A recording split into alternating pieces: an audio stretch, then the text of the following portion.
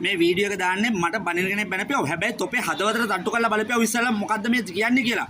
මේකේ පක්කු ටිකක් මේකේ පක්කු ටිකක් එකතු වෙලා මේ රට හදන්න කතා කරනවා. 2022 එක පක්කෙක් ඇවිල්ලා බැලුවද අහිංසක මිනිස්සු තෙල් පෝලිං වල මැරෙද්දි. අපි අවුරුදු කෑවේ තෙල් පෝලිං වල යකෝ. අපි අවුරුදු කෑවේ තෙල් පෝලිං වල, ගෑස් පෝලිං වල, කිරිපිටි පෝලිං වල, බෙහෙත් පෝලිං වල. පෝලි යුගයක් තිබුණේ කාලේ.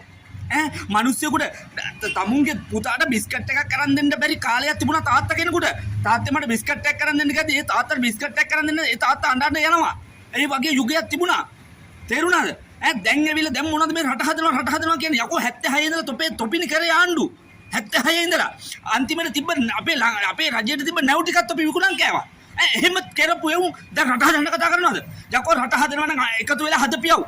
අහිංසක මිනිස්සු තව රවට්ටන්න නැතුව තවත් අහිංසක මිනිස්සු පීඩනේ කන්න නැහැ මිනිසුන්ට බඩගින්නේ යන්නේ ඒක හොඳට මතක තියාගන්න යව් මේ ඔක්කොම කියන්නේ ඔක්කොම පකේලාට කියන්නේ 225ටම එක පකේකට නේද ඔක්කොම කියන්නේ මේ මතක තියාගන්න යව් තොපි වේදිකාවලට ගිහිල්ලා අරුහොරා කියනවා අහිංසක මිනිස්සු තාමත් පීඩනේ යකෝ තාමත් ඒ මිනිසුන්ට කන්න නැහැ ඒක හොඳට මතක තියාගන්න යව් මම කියන්නේ දැන්වත් මේ රෙද්දවල් නවත්තලා මේ රට ස්ථාවරයකට ගෙනෙව් මේ බඩු මිල අඩු කරලා මේ සහන දීපියව මේ මිනිසුන්ට අරුහොරා උන්ගේ ගත්තු ණය දන්නවනම් ගත්තු හොරකම් තියනවනම් උන්ගේ එව්ව උපයලා මේ අහිංසක මිනිසුන්ට දීපියව තොපිත් දන්නවනම් අපි හොරකම් කරුවා කියලා තොපි එකතු වෙලා දීපියව මේ අහිංසක මිනිසුන්ට තොපි හැමදාම කරන්නේ අහිංසක මිනිසුන්ට වටන එක ගෙවල් ගාන යනවා ගිහිල්ලා පුකවල් ලෙව කාලා මේ මිනිසුන්ගේ වඳින්න තැනින්ද හැමතැනටම වැඳලා ඡන්ද ගත්තට පස්සේ මේ මිනිසු දිහා බලන්නේ ඔන්න ඕක තමයි ඇත්ත කතාව අන්තිමට හැමදාම මේ මිනිහා හැමදාම දුප්පත් මිනිහා පාගල හැමදාම දුප්පත් මිනිහා දුප්පතේමයි තොපි මොකද කරන්නේ තොපි හැමදාම පොහසත් වෙනවා